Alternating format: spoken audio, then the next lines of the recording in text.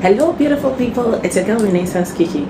Today I want us to talk about the importance of the background of the people that we go into relationships with. Often when a young person falls in love, they are head over heels based on what the person they are in love with has said to them. There's conversations that have gone on, there are similarities, there are things they have discussed that makes each person weigh the other and say, this will be a good lady for me.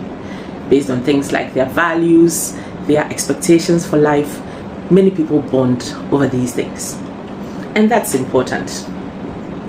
But in our tradition, and also in many cultures around the world, besides what the two people agree, there's also the factor of who are the people who are standing behind the marriage, who are the people who would take responsibility for guiding these young souls to the life that they intend for one another.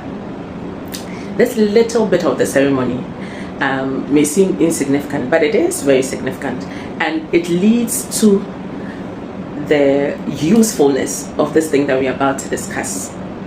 Who does your spouse report to? Although marriage and relationships in general are between two souls, often there is some level of accountability that is needed, and that is a huge factor. Because of over familiarity, a lot of things can go south, and if your reliance is on the fact that the person has enough love and respect for you, so you two will be able to settle things all the time, that is quite a fallacy. We're not hoping that it happens, but there may come a time where you need to bring in third parties. If this is the case, who are the trusted third parties that you can bring on board, who can maybe advise only you, advise both of you, or who can just pray about the situation and help make it better? You need those.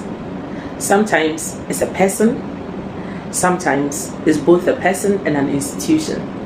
Your best bet is to have both, because you want to remain young 20-year-olds for the rest of your life, and marriage is a journey. So if it's a person, and an older person at that person may no longer be in the picture at certain points. Even if they are, their level of influence over yourself or your partner may change. Life is dynamic. Today, what I want to recommend to you is to have or associate with people who believe in institutions and who belong to an institution.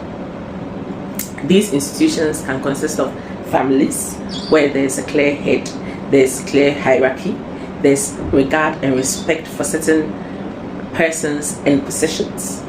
These institutions can even be what we call towns and their councils, or having a chief who can sit on a matter. These institutions could be, in our modern day, churches. Having someone or dealing with someone who belongs to an institution is easier. Do you know why professionals register and can have licenses which can be taken from them or not taken from them? It makes it easier dealing with professionals. They have a lot to lose. If someone is a nurse, someone is an engineer, someone is a doctor, they have a professional setting and something to lose. All these structures help guide our individual actions and our actions as a society. So in choosing a spouse, in choosing a life partner, don't just look at how they treat you today. Look at what institutions they belong to. Do they belong to a church? Do they have a bishop? Do they have regard for the church and its teachings? Is there a pastor, man of God, woman of God, that they have deep regard for? Because there comes a time in everybody's life where they are so autonomous. Let's say a surgeon becomes so good at his craft. He who used to be the young surgeon learning from others is now the head surgeon whom everyone is kowtowing to. That affects a person's ethics sometimes if care is not taken. But having that overarching institution that guides the profession, having that overarching body is what is going to keep him in check, not necessarily his senior colleagues or the manager of the hospital. In the same vein, if you're going on a lifetime journey with someone, don't only take into consideration your naive 20s, your exciting 30s, your life just beginning 40s. Take into consideration all the life stages and bear in mind or ask yourself this: what group or institution can at least keep this person in check if need arises?